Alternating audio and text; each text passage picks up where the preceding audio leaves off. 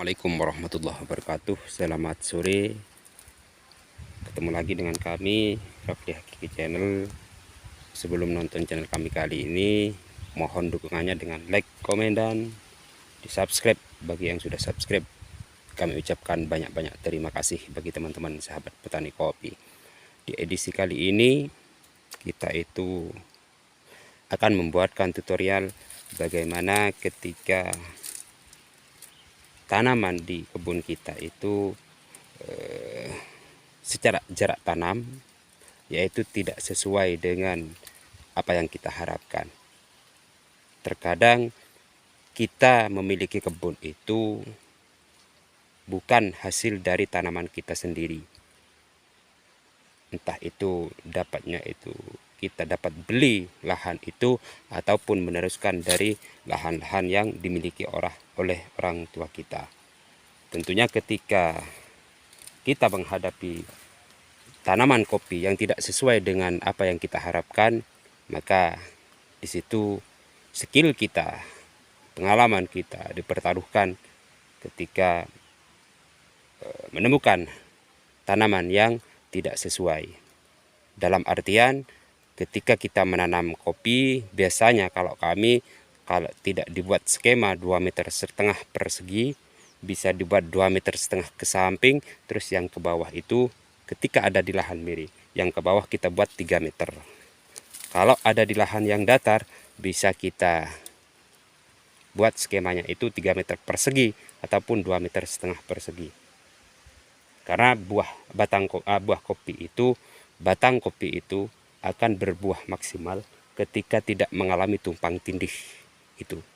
Dompolan kopi tidak bisa pecah, gugusan kopi bisa sempurna kalau tidak mengalami tumpang tindih biasanya.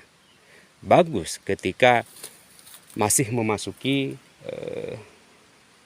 musim pembungaan biasanya. Banyak yang terjadi seperti itu. Inilah kebun kami, teman-teman. Bagus ketika memasuki musim pembungaan. Dikala musim pembungaan biasanya serempak, bagus sekali. Tetapi ketika mengalami tumpang tindih, maka ketika kopi itu sedang memasuki fase mata yuyu ataupun pentil kopi yang sudah menginjak degan, biasanya itu rentan sekali mengalami kerontokan yang sangat signifikan, apalagi ditambah dengan tumpang tindihnya bahan-bahan tersebut.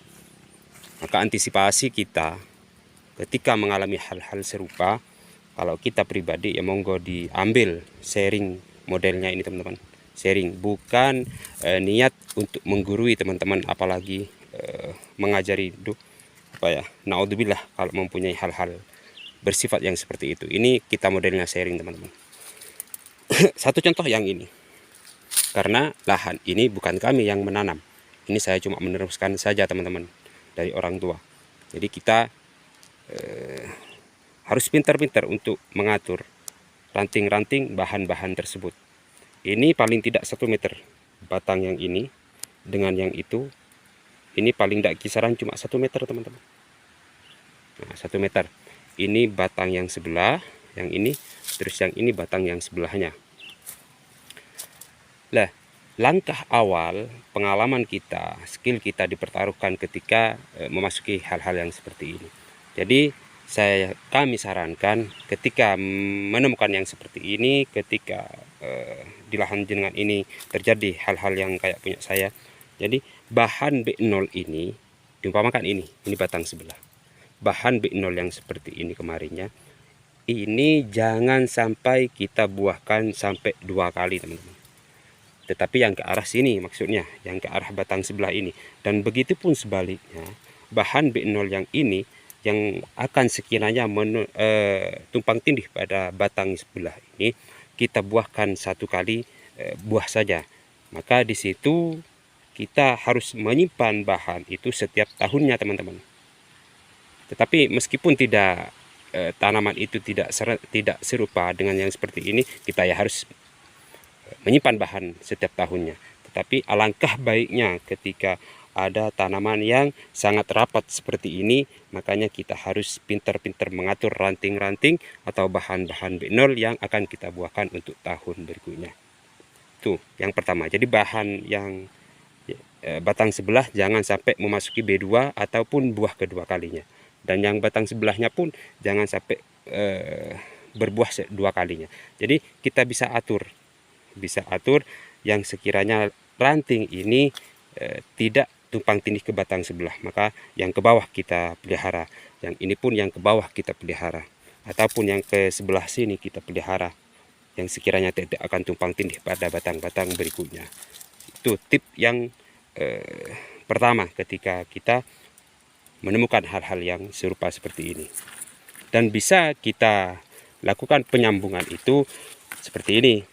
Jadi yang ini saya itu memakai sirip, memakai entresnya, maksudnya entres ini dulunya saya memakai sirip dari tunas raja yang seperti ini.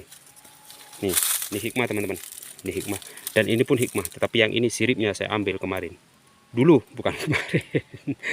Dulunya saya ambil siripnya, karena ini terlalu rapat tanamannya, maka yang satunya kita beri dengan entres sirip dari tunas raja yang seperti ini. Alhamdulillah pembungaannya sempurna teman-teman. Kayunya.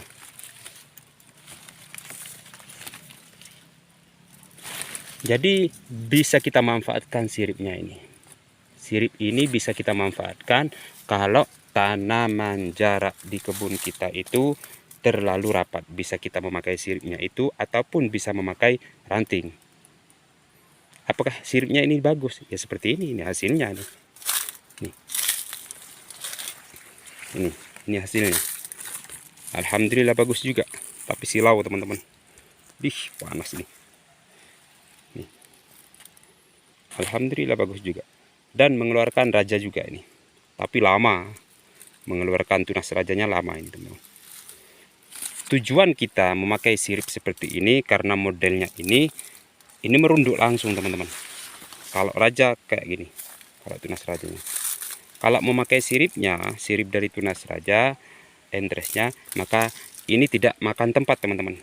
Jadi antisipasi kita akan tertolong dengan ini, dengan penyambungan yang menggunakan sirip dari tunas raja, karena dia langsung merunduk, jadi tidak rentan mengalami tumpang tindih pada batang-batang yang sebelahnya. Itu tip yang kedua kalinya.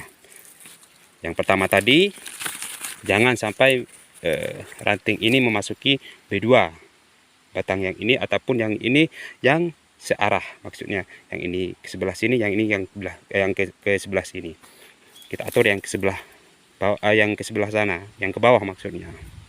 Itu tip yang pertama. Yang kedua kalinya diusahakan bisa memakai sirip dari tunas rajanya, bisa. Ini teman-teman.